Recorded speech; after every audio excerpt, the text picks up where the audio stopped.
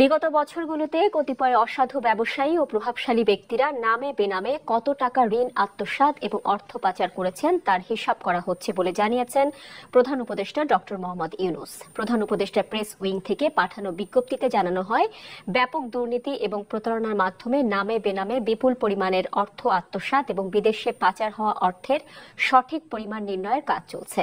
দুদক সহ সংশ্লিষ্ট প্রতিষ্ঠানের সহায়তায় আত্মসাৎকারীদের স্থানীয় সম্পদ এবং অধিগ্রহণ এবং বিদেশে পাচারকৃত অর্থ ফেরত আনার মাধ্যমে আত্মসাৎকৃত অর্থ পুনরুদ্ধারের কাজ শুরু হয়েছে।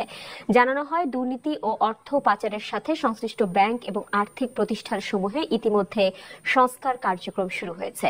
শিগগিরই ব্যাংকিং কমিশন গঠনের কথা উল্লেখ করে বিজ্ঞপ্তিতে বলা হয়, কমিশন সংশ্লিষ্ট প্রতিটি ব্যাংকে তদন্ত সাপেক্ষে প্রকৃত চিত্র প্রকাশ করা হবে এবং ব্যাংকগুলোর পুনর্গঠনের জন্য 6 মাসের মধ্যে একটি বাস্তবায়নযোগ্য রোডম্যাপ প্রণয়ন করা হবে।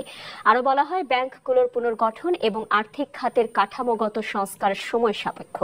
তবে সরকার বাংলাদেশের আর্থিক খাতকে আন্তর্জাতিক মান সম্পন্ন করার ব্যাপারে দৃঢ় প্রতিজ্ঞ বলেও বিজ্ঞপ্তিতে উল্লেখ করা হয়।